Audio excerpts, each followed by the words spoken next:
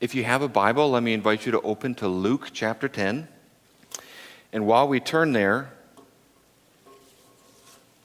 as we're in this series called Conversations Jesus Had, every week we're trying to identify with the person Jesus is talking to. Now this will seem a little strange starting off like this, but then once we get into the text, you'll see why we've done this. So we're going to see three different faces coming up here, and you're going to think, what in the world do these three people have to do with each other? I made the PowerPoint, and then afterwards I looked back and thought, this is going to be really weird. So here's what I'm thinking. The first person in the top left there is the actress Sally Field, as she is portraying the character Miranda in the movie Mrs. Doubtfire.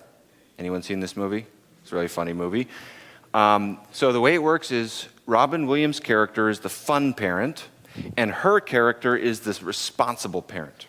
And so she's not the fun one. She's serious, she's hardworking, and she's really resentful of her husband because she does all the work. And yet, funny movie though it is, there's a couple of scenes where it's more poignant and she realizes, well, actually, I've been part of the problem. And there's one conversation where she says, I used to think Daniel, her husband, could do anything except be serious. And then she kind of pauses and she realizes, but then I was serious enough for everybody. And somebody who's responsible to a fault like that kind of reminds me of this person we're going to meet in Luke 10. Second person there in the bottom left is the character Chloe O'Brien, if you're a 24 fan. I just saw an Allstate commercial and it makes you nostalgic for those early seasons of 24. This is a character who's very blunt, and she's really smart with computers, and she's always saving Jack Bauer, who's the main character, but she's not as good with people. And she doesn't have any bedside manner, and she just kind of says what she thinks, and it gets her into trouble. And that also reminds me of the person we're about to meet in Luke 10. Now here's the weirdest one. This is the face my kids make when I try to make them eat vegetables. I read a Wikipedia article on the word resentment. Now when you read, by the way, not all my sermon prep is from Wikipedia, okay? I know I've referenced that a couple of times. But when you read a Wikipedia article about an emotion, a lot of times they have a painting or a picture. Someone will draw a picture of what the emotion is supposed to look like in the facial expression. We're just keeping you guys awake here. No problem at all, not a problem. So, like if you go to Wikipedia and you read happiness, they'll have a face and someone draws what happiness looks like on the face. Cheesy as it is, corny as it is, it helped me thinking about as I'm studying resentment, and this is the face that they draw for resentment.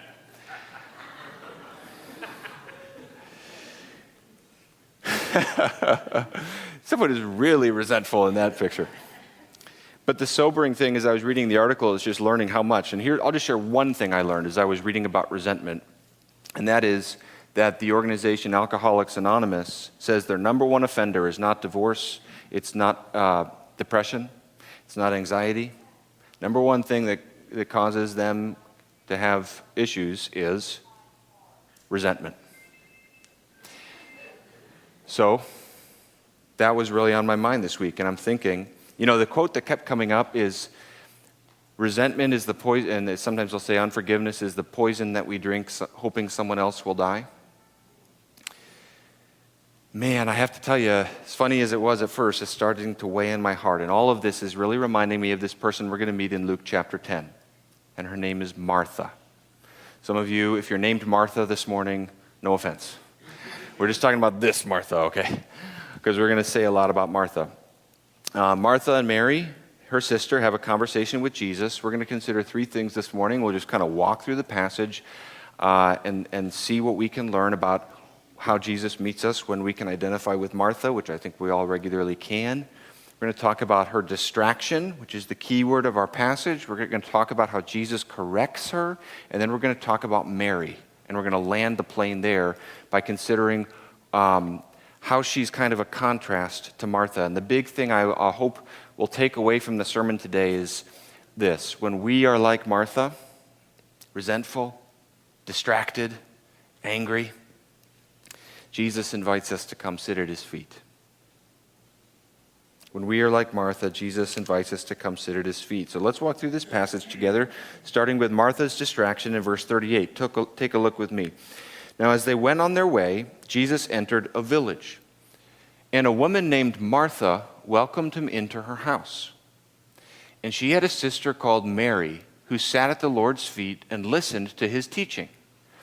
But Martha, here's the key word, was distracted with much serving, and she went up to him and said, "Lord, do you not care that my sister has left me to serve alone? Tell her then to help me." Okay, see, you're starting to get where we're talking about Sally Field and Chloe O'Brien a little bit. Let's get into that a little bit. Let's pause there. Let's talk about Martha, and first, let's sympathize with her, and then let's try to identify what might be happening in her heart that's not so good here. So first, as I studied the passage this week, a lot of times the way my sermon prep goes is I just read it over and over and over and over until the obvious little details start to emerge to me. And one of the things that helped me sympathize with this character, Martha, is that she's the one who welcomes Jesus. It just struck me, this little detail in verse 38. Martha, it doesn't say Mary and Martha welcomed Jesus into their house. The whole rest of the narrative gets set up by that, because you can imagine Martha saying something like this. You know, I'm the reason Jesus is here in the first place. You know? Another thing that helps, and by the way, we need to understand this. She welcomes him. Martha is a good person. She's a true disciple of Jesus. We know that Jesus loves Martha and Martha loves Jesus. One of the reasons we know that is because in John 11, we have the same people with their brother Lazarus, and it says in verse 5, Jesus loved Martha, okay? So we got to see that with everything else here. The second thing that helped me sympathize with her is just in times in my own life where I'll be honest and admit, I've been in her shoes, where basically you show up for something and then you have to do all the work. Have you ever had this happen? Like, I don't know, let's say at the potluck next week, Joey asks you to come early and volunteer to help. And so you say, well, okay, all right, I'll come. And there's 5 of you, and you have to set up the tables. And after about 2 minutes, somebody goes, hey, I need a water break. I'll be right back. Have you ever had this happen? And then and then it's like right when the work is all done, and they're like, okay, I'm back. I'm ready to go. Have you ever had this happen to you? That is kind of annoying when people are kind of freeloaders and, I just imagine Martha, and I can really sympathize with her. Here's what I imagine. For some reason, I imagine this in the house I grew up in, and the living room and kitchen are right next to each other. And you know how it is if you're angry and you're doing dishes, and you're banging the dishes extra loud, just to let everybody know, like, I could use some help in here, And finally she's like, they're still just in there. Throws down the spatula, and she marches into the living room. And I have to say, I can kind of imagine, and by the way, that's the thing about resentment. It always starts with an understandable grievance. Nobody's ever resentful just for something they make up. It always starts with, yeah, you're really mad, and you have a reason to be mad, but then where does it go? Now, I'm going to put up these paintings of this story, and they're a little bit cheesy, but they can help us a little bit, use our imagination. So, this one on the far left is from the 16th century. What I like about this one is it shows the contrast, because everyone in Mary's room seems to be kind of thoughtful. You can tell they're learning, they're thinking, Like those two up there are having a conversation. The kitchen looks more like a stressful environment, It seems like there's just more anxiety going on in there. Now, what I like about this one on the top right is it really captures Mary. Again, a little cheesy. She's just kind of sitting there like this, But it really captures her heart posture of just listening. We're going to talk about what's in Mary's heart. But what I really is most sobering is the one in the bottom right, which is a contemporary artistic drawing of this. And the reason it's sobering is just because I think we've all been there. And you get a little bit of the sense of what's happening in Martha in this, and a little bit of the darkness going on in her heart. Now, someone might say, well, how do we know that really something's going on bad with Martha here? Maybe she's just asking a sincere question. Well, in the next slide, I've underlined 3 things I want to identify that I think can help us appreciate, again, looking at the details until you start to notice things. Let me mention them each. Number 1, went up to him. Okay. This took me a while to realize this. She's in the kitchen. Jesus is in the middle of a lesson. Now, I don't know for sure, but I'm guessing she did not wait until the lesson was over. And again, that's why I'm saying, think Chloe O'Brien or someone like this who just kind of says exactly what they're thinking. And I'm guessing that she, walked in, she goes up to Jesus, and she's interrupting the lesson. Maybe, I don't know. Then notice what she, in the Bible, or in the speech reveals the heart. Notice what she says. Do you not care? Okay, now what's in your heart when you say to someone, don't you care? It's kind of an accusatory statement in a way. It's a little bit kind of like, definitely it does not reflect a heart posture of trust. You say, don't you care to someone when you think you see the situation better than they see the situation? And Martha feels like Jesus doesn't care for her. It's kind of like if I'm making lunch for my kids and I give Isaiah a whole cookie and Naomi just a half cookie. She might say, Dad, don't you care? And she's not just mad at Isaiah at that point, she's mad at me because she thinks I'm not looking out for her. I don't have her best interests at mind. So Martha interrupts Jesus, she questions Jesus, and then lastly, she kind of bosses him around. Tell her then to help me. Now here's the contrast. Mary, so picture Mary there, just sitting there just like this, just listening to what Jesus is saying. Martha goes up and tells him what he should be saying. Okay. Think of the 2 different heart postures. One is just listening to what he is saying, and the other is saying what he should be saying. And already I'm starting to feel like, okay, I've got some things to think about in my own life right here. But let me mention one other thing, then we'll go to application on this. As not good as Martha's heart posture is toward Jesus, I think her heart posture toward Mary is even worse. And that's why I put it in bold in here, because it struck me as I was, again, reading this over and over again that Mary, sometimes it helps you when you think about what the text could say. It could say, Lord, don't you care that I'm here all alone? Could you help me?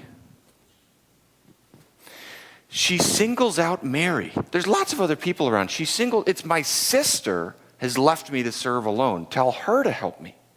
And I think there's something not so good happening in her heart toward Mary. I think there's a little bit of what we're going to call resentment. And we can sympathize with why, right? Okay, so I've been studying, as I was saying, on Wikipedia, but also elsewhere about resentment this week. And I learned a few things. One of the things I learned is that if you say resentment is so basically resentment is like this. Anger at injustice comes into your heart, which is normal and actually sometimes good, depending on how it goes. But then it has no escape valve. It has no healthy release. So the anger just stays in there and it starts to do bad things inside, okay? I was reading about resentment even happening in the animal kingdom, and I was reading about camels. That picture is more intimidating when it's that big. So, camels get resentful. This is true, I think, if what I read is accurate. What I was reading is it's a real issue where if you annoy and harass the camel you're riding on too much, it remembers. And it's a real thing where camels have attacked people because it's like they get anger and anger and anger. And when you're riding a camel and it's hot out, it's easy for them to get distressed and annoyed. And that resentment builds up and up. And finally, there have been issues where people get attacked by camels and seriously injured. And so they've discovered a cure for this. And what they do is when they can tell the camel is getting upset, they take an article of clothing from the person who's been annoying the camel and they give them the article of clothing. And the camel will stomp on it, chew it, spit on it, and get all of that resentment out. It's like this release valve for the camel. And then you can ride the camel again, and it's fine. It's expensive because you go through a lot of clothing, but it's better that than you know. Now, here's what I've been praying about from Luke 10 and what I want to say to us this morning. I just want to be really straight up honest. I think, and I'll just say it as blunt as I can, churches can be filled with people like those angry camels. Churches can be filled with people like Martha. Churches are often, and that's why I talk about gospel culture so much. It's so easy to, these notional ideas of grace and love and mercy, but then how do we treat each other? And I've been thinking about Martha and how often we can veer into, like her in the kitchen, angry, I'm doing all the work, and how many different kinds of situations can get us there. And as the preacher, I always want to be the lead repenter. And so I'm just thinking, gosh, how often I've gotten there where in some way or another, my heart posture is more like Martha. And I've been, the main prayer I've boiled it all down to will come up here. And it's the way I've been just trying to make it simple for us today so that we have something that we can really latch onto and pray about. This is what I've been praying about. Lord, help me to be bothered by my sins more than the sin of others. Oh, how easy it is. Here's one way. You know that you're in the land of Martha. You're in that painting, not in that painting. Again, I'm just preaching to you after preaching to myself, okay? When your prayer life is more focused on other people, it's like, Lord, why aren't you telling that person to do this? And there's less of a, Lord, I'm listening. And there's less of a concern of your own sin. And I've been there. And it's easy to veer into that. And one of the things this passage would call us to is to say, Lord, help me to have the heart posture of Mary before you. And you always know you're not sitting at the feet of Jesus. I need to say this, when you're resentful to someone else in the church. And it's always an understandable grievance, by the way. But then the anger has no release valve and it stays in there. And that's not good. And that leads us to Martha. If you're here this morning and you struggle with resenting someone else, maybe some of us are already feeling convicted and we feel like, yeah, I know what that's like. I just want to tell you this morning, I get that. It's not easy. There's no easy, like, just spiritual thing to say that takes that away. The process of forgiveness is extremely agonizing. Forgiving is like taking pain into yourself and just absorbing the debt in your heart that someone else, so then they don't have to pay it. Forgiveness hurts. But I want to tell you, if you've never invited Jesus into your life, what happens is when Jesus comes into your life, he forgives you with his forgiveness, and you have a new source for forgiving others. Some of you have experienced this where something was in your life that you were resentful for years, and then Jesus came into your life, and this new ability to forgive came into your heart. And if you've never put your faith in Jesus this morning, one of the things that happens as you come to him and you say, Lord, I want you to come into my life, like both of my kids have prayed in the last 2 weeks, which has been amazing. I'll tell you more about that sometime.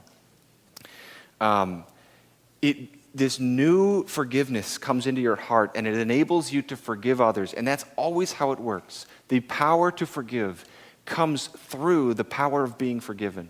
And if you're here this morning and you are a Christian, but you're struggling with resentment, one of the things that helps me is meditating on Jesus' intercession. Do you know when Jesus forgives you, what he did on the cross wasn't just a one-time thing where he's really loving when he died on the cross, but now he's kind of getting annoyed with us? No, Jesus is interceding from the throne, praying for us all the time. You know what he's saying? I did a long study on this once. Jesus, when he intercedes for us, Romans 8:34, he's saying, Lord, what I did at the cross, apply that to them afresh. Every moment of your life, there's power to forgive, but you have to drink in Jesus' love and forgiveness for you. Now, someone might say, well, how do we know that Jesus really cares for Martha here? How do we know that he really loves us when we're like Martha? Well, take a look with me as we keep going forward at what he says to her. Verse 41, but the Lord answered her, Martha, Martha. Now let's pause right there. What does it mean when somebody says your name twice.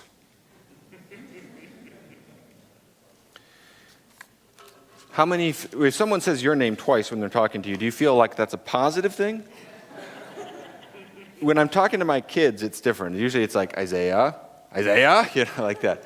But a lot of times, if you're talking to someone, I think the look on Jesus' face is compassion. I think he's and I actually think this is how our Father is with us when we're Martha. He's drawn to us with compassion. I think it's a warmth. I think it's Martha, Martha. You can fill in your name like that. Esther, Esther. Gavin, Gavin. I think he has compassion towards Martha.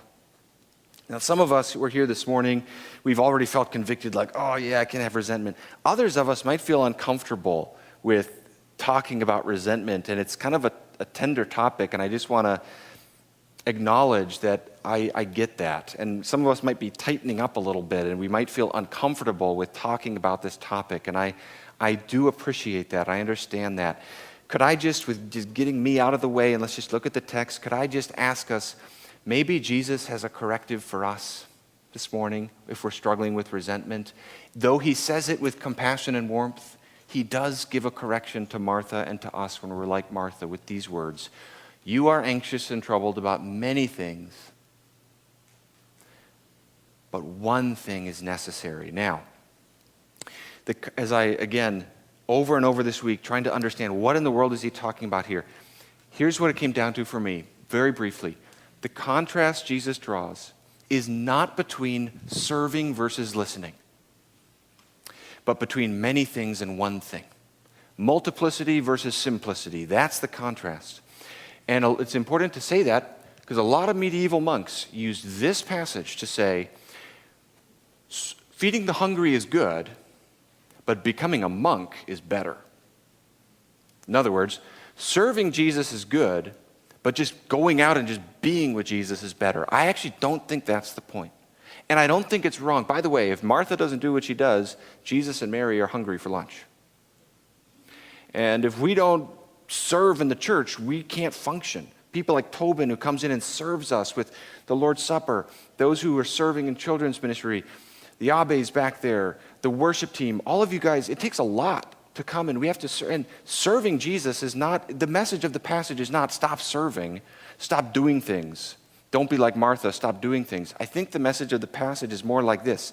Are you distracted from Jesus? The contrast is not good versus evil, it's optional versus necessary. I think the passage is basically here to say to us, have the many things that are optional distracted from the one thing that is necessary. If you fly regularly, you've seen this image. Why does it say that? Why do you have to put on your mask on you first? Yeah, you can't really help someone else if you're not okay, right? You know, there's a spiritual principle in that. Think of this passage more like this. Sit at Jesus' feet first, then go and serve. Then go make lunch. Then you won't be banging the pans. What's so amazing about this passage to me is that serving Jesus can distract us from Jesus. I think that's true. Serving Jesus can distract us from Jesus. And this passage is saying, sit at his feet first, then go and serve him. Now, some of us might be here this morning, and we're thinking, you know, I feel like I've been Martha for so long, and I'm still really uncomfortable with talking about this because the turn back from Martha to Mary feels like a lot. It feels like I've got a lot of stuff to work through, and I want to acknowledge that I get that, okay? Could I conclude the sermon with a note of encouragement? I don't think we can ever get too much encouragement, okay? Can I conclude the sermon by giving us something to set our eyes upon that can help us to finish, to land the plane? We've talked a lot about Martha's heart posture. We've talked a little bit about Mary. Can we see Jesus' heart posture to Mary through what he says? Jesus says to her in verse 42 as he finishes, Martha has chosen the good portion which will not be taken away from her. The word portion is just an inheritance term. It's like a plot of land. So portion is like, how many acres do you live on? That kind of thing. That's why the Psalms say a lot, the Lord is my portion. And Jesus is just saying that God is the ultimate thing we own. He's our ultimate possession. And I want us to just see the compassion of Jesus here as we finish towards Mary as an encouragement, as we kind of try to wrench our hearts maybe a little bit from the land of Martha to the land of Mary. Think of these words, which will not be taken away from her. So we're talking about the heart posture. What's in Jesus' heart that makes him say that? How is Jesus defending Mary like the prodigal father defending the prodigal son from his older brother? What's in Jesus' heart toward Mary? Which will not be taken away from her. It's like he's saying, whatever else happens, I will not allow, I am unwilling that you should lose that. The peace, the joy that comes from sitting at my feet. When you come to me, I willingly embrace you. I won't let anything interrupt that. You might interrupt my lesson, Martha, but I won't let Mary be taken away from this spot. And I'm just thinking about that this week. I'm thinking, Lord, help me to sit at your feet more. I just confess it's hard. Life is busy. This passage is a call to simplicity. It's not another thing to do. It's a call to eliminate. Maybe do 4 Bible studies this fall, not 6, Seriously. Again, it's not good versus evil. It's just many things that are optional, but one thing is necessary. And I'm thinking, and so I'm trying to do these things where I can't do it when I first wake up, because usually my kids jump on me and that's how I wake up. So I just do it first 10 minutes when I'm in the office, little times. Last thing before we go to bed, we pray together. Little moments in the day. For me, honestly, the best thing is when I'm driving in my car, because it's the one time, I hope I won't get in any car accidents doing this. I keep my eyes open. But it's the one thing where I know my phone is not going to distract me. I just feel like I have space, Could I ask you this morning, are there times in your week where you've carved out space to sit at the feet of Jesus? If we're not carving that out intentionally, friends, beloved, we will be distracted from him. And Jesus would say to us with a heart of love, come, sit at my feet, spend time with me. This is the one thing that is necessary in your life, and it will never be taken away from you. So I'll just conclude with this, and then we're going to take the Lord's Supper today. I know, I hope I can say it. I know that it has been a year of loss for some of you. I know that many of you have lost things this year. As I'm thinking about this passage, here's the comfort. There's one thing you can never lose no matter what else. And see the heart of Jesus in this text for you. As you come to him and sit at his feet, he says nothing will ever take away this peace and this joy from you. You might have other things you lose in this life. You can never lose me. J.C. Ryle said, kings must one day leave their palaces, rich men must one day leave their money and their lands. But the poorest saint on earth has a treasure of which he will never be deprived. The grace of God and the favor of Christ are riches which no man can take from him. They will go with him to the grave when he dies. They will rise with him in the resurrection morning and be his to all eternity. This morning, if you can identify with Martha and you feel distracted or you feel resentful, if many things have eclipsed the one thing, the heart of Jesus is this: come, sit at my feet, make me your portion, and it will never be taken away from you. Let's pray. Jesus, we're grateful that you call us back to simplicity because our lives are so cluttered and so distracted, and that's always the tendency. I pray that for each of us personally, at a very personal level, you would speak to us and help us to know how you would call us to sit at your feet this morning. Lord, for some of us, that may take some heart work. And so as we respond, we will need to examine our hearts. We will need to look within.